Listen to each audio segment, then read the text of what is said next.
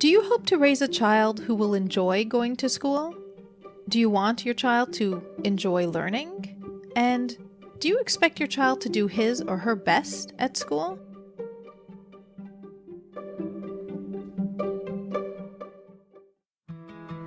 So the big question is this: how do we navigate through the mountain of overwhelming, often contradictory, and sometimes false parenting information we find online? What parenting information should you believe and apply, and what should you reject?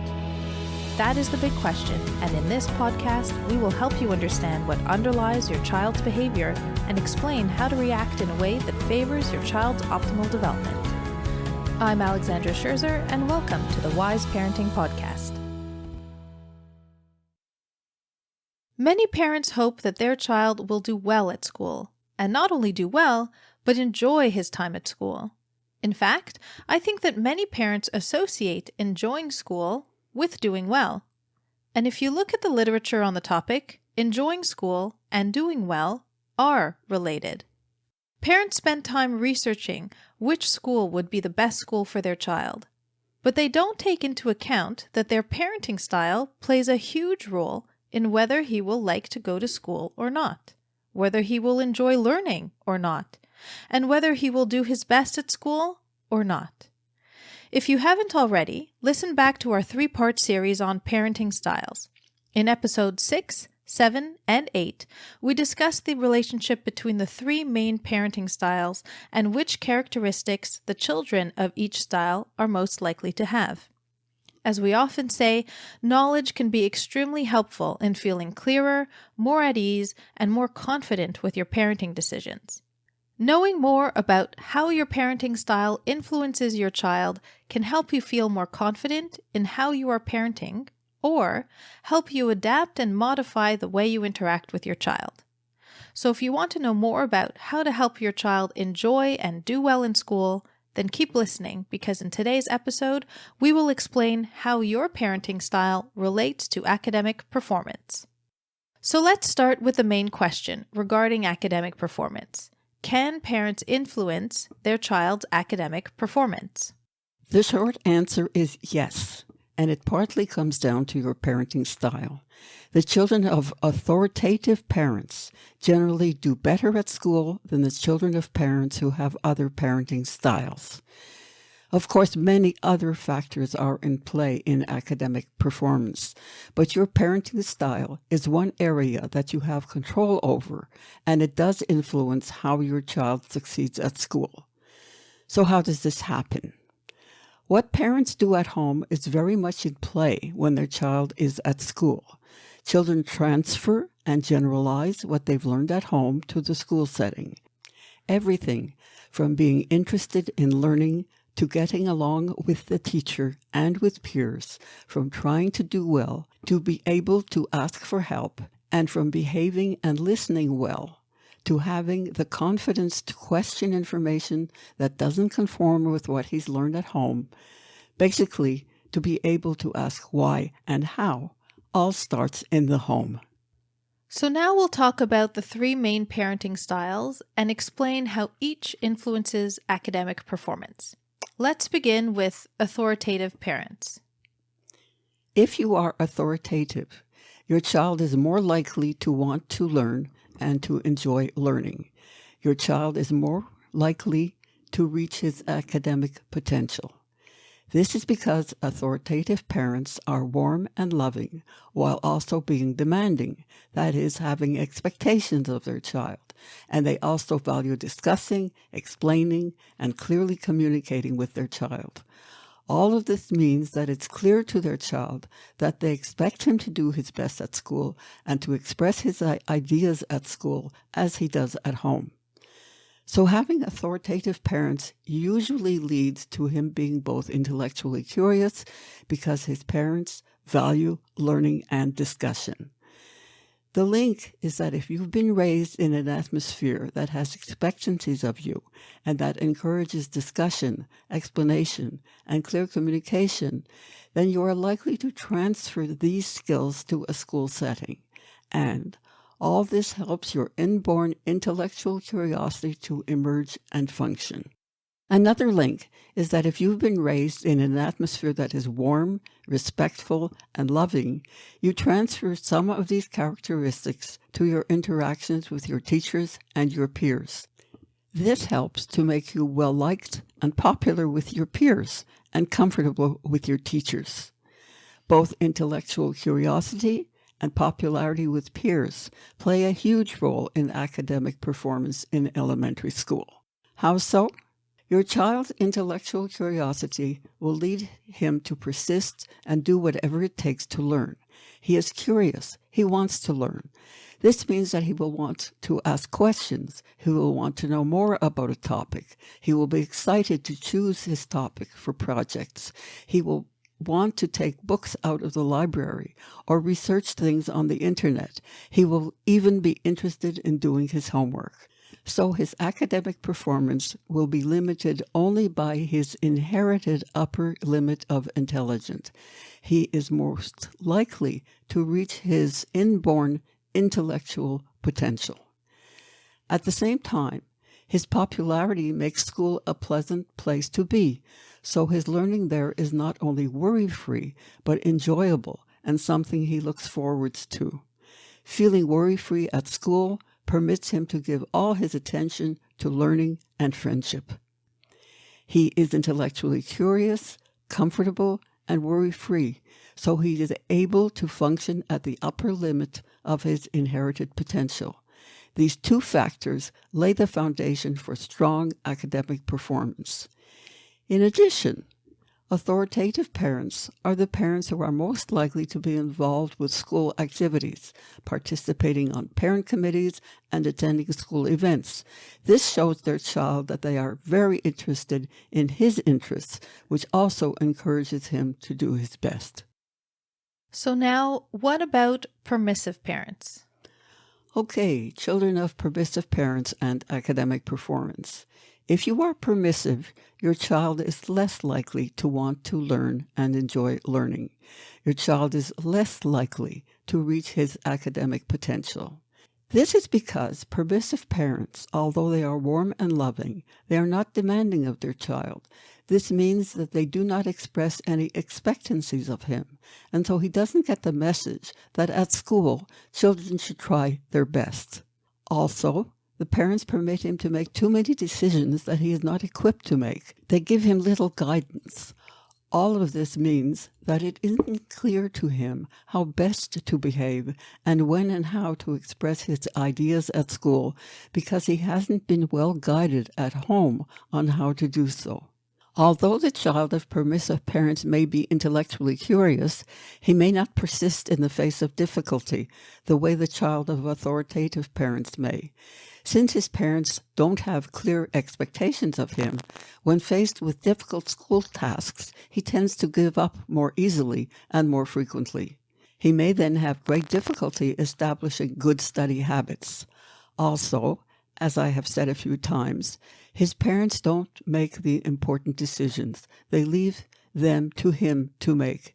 His parents don't guide him in his decision-making process. They encourage him to express his point of view, but different from authoritative parents, they want him to learn from his own experience, so they let him make the final decisions. The way that this translates at school is that he tends to not ask for help because he doesn't expect to be helped. Also, because his parents haven't made decisions, he hasn't experienced authority figures who make decisions to the same extent that other children have. Therefore, he may have difficulty seeing his teacher as an authority figure who should make decisions. So again, he tends not to ask for help, tends to give up quite easily. He may even feel resentful that his teacher is telling him what to do. He may therefore resist being taught and be disobedient and rebellious at school. Now looking at his behavior with peers.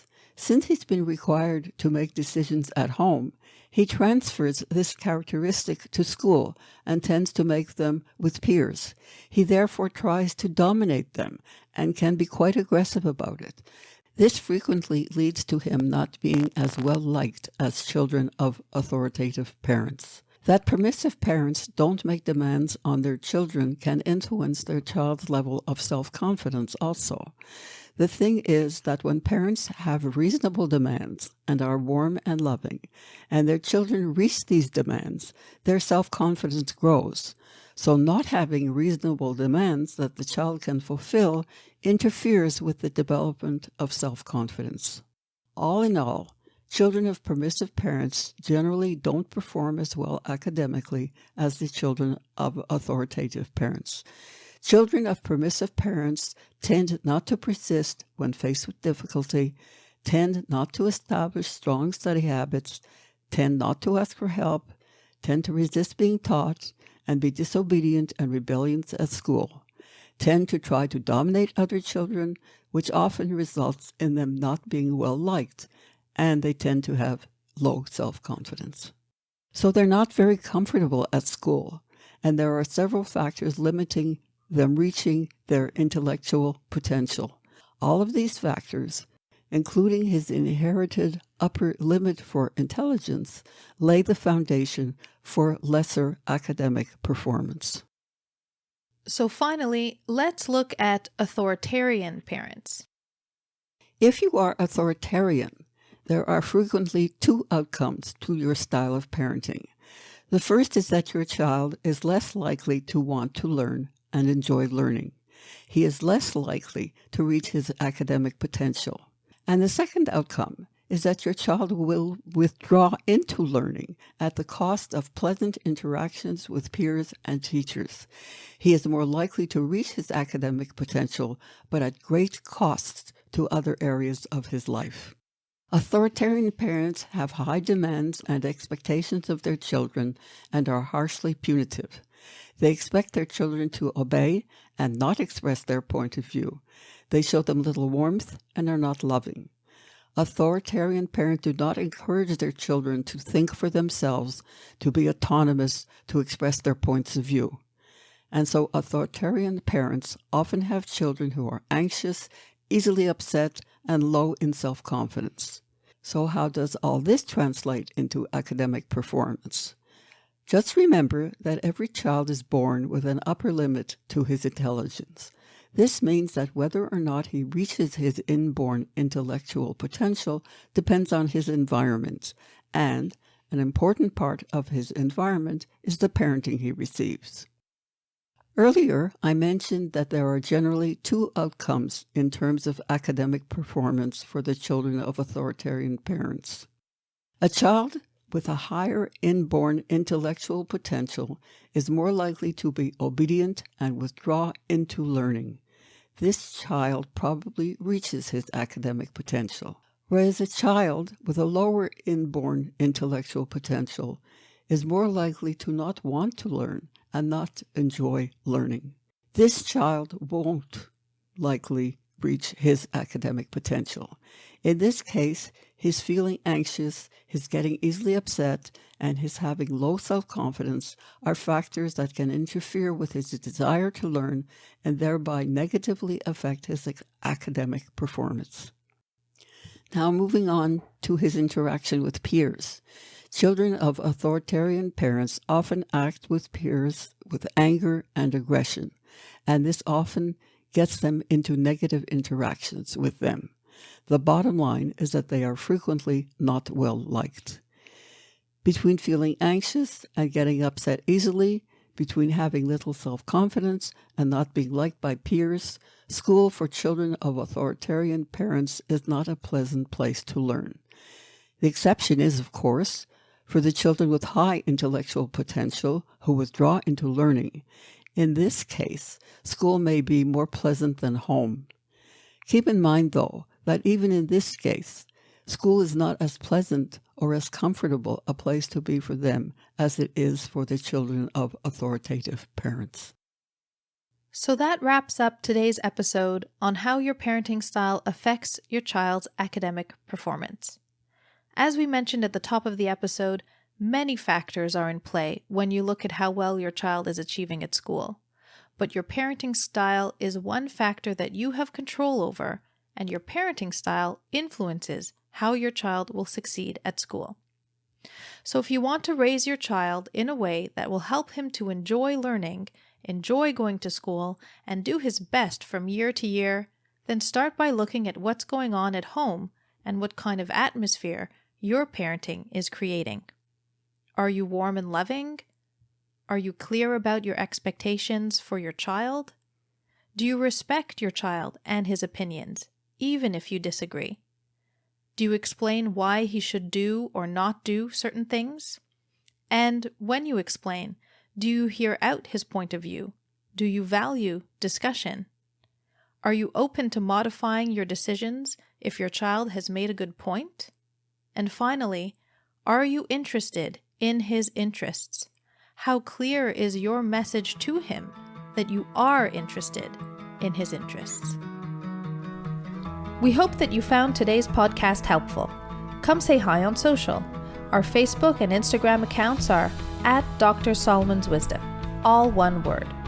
You can subscribe to the Wise Parenting Podcast on any podcast app, including Spotify, the Apple and Google podcast apps, or wherever you listen. Parenting advice keeps changing on us, depending on what you read and who you listen to. This is making parents feel like they're doing a bad job. And worst of all, many parents today don't know who to trust for what is probably the most important job they'll ever have. So if you're the parent of a young child and you would like to feel clearer, more confident, and more at ease about your parenting decisions, then the Wise Parenting Academy can help you get there. With on-demand access to foundation lectures and seminars in digital, print, and audio, as well as exclusive one-on-one guidance from Dr. Solomon, the Wise Parenting Academy is the perfect next step to building the best long-term outcomes for your child. Come check us out at thewiseparentingacademy.com. Thank you for listening, and we hope you will join us again.